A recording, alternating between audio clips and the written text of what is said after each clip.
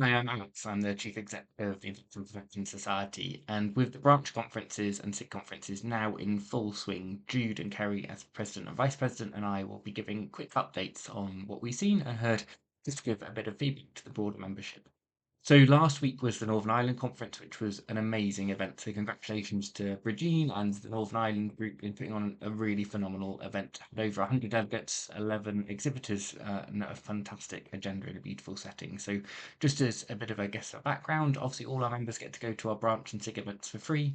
It's £20 deposit, which you get back if you go, just to kind of help offset some of the costs for those who can't attend.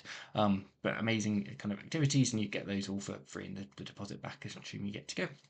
So the talks were kind of really varied, giving a proper flavour across the entire kind of, I guess, portfolio of IPC practice. So started with a talk on Sea Aura by Eileen Dorgan. So really amazing in terms of, I guess, so far hasn't necessarily touched much in terms of Northern Ireland, thankfully, in terms of different bits, but starting to look across in terms of England and the experiences there, the mandatory reporting from UKHSA, and whether that might start to roll out in Northern Ireland in terms of limits around, but thinking about how to tackle cases if they were to come up and the kind of difficulties that come with those. So giving really fascinating insights into. We then two really great sustainability talks. So one from Rory O'Kane around dental work, and it was kind of easily read across the entire kind of healthcare landscape, not just dental.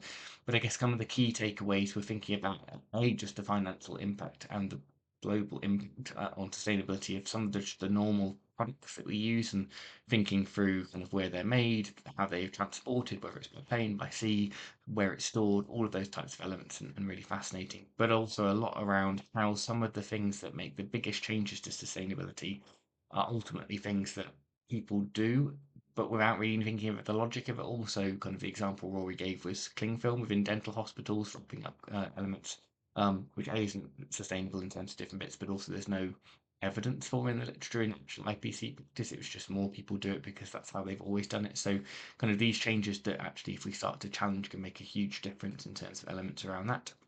And that was then followed by Gloves Off campaign by Ruth Robb. So again, talking about kind of how we use appropriate glove use in terms of what we use. Sarah Hogg then gave a really amazing talk in terms of her lived experience of care, and therefore the impact that proper IPC practice kind of made on her as a patient, and how that kind of helped in terms of her own career trajectory into becoming a nurse. I think that's probably more we could do in terms of the role of the IPS in terms of hearing some of their lived stories, because we all know why we do what we do and the importance of IPC practice, but I think it really helps to hammer home the lived impact that that has on patients when you hear it directly in terms of elements from that. There were then two talks on measles, so one from Kathy Lee and one from Janet Whelan. Mildly horrifying, I guess, in terms of everything we know in terms of the impact that the lack of uptake in some quarters around kind of the vaccine has had.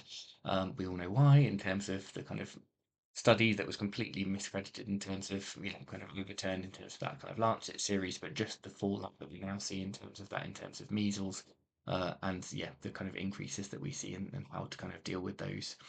And then at the end of the day, we had two talks. So one from Laura Watson on the role of a link nurse, but also then how to help transition kind of their role into IPC.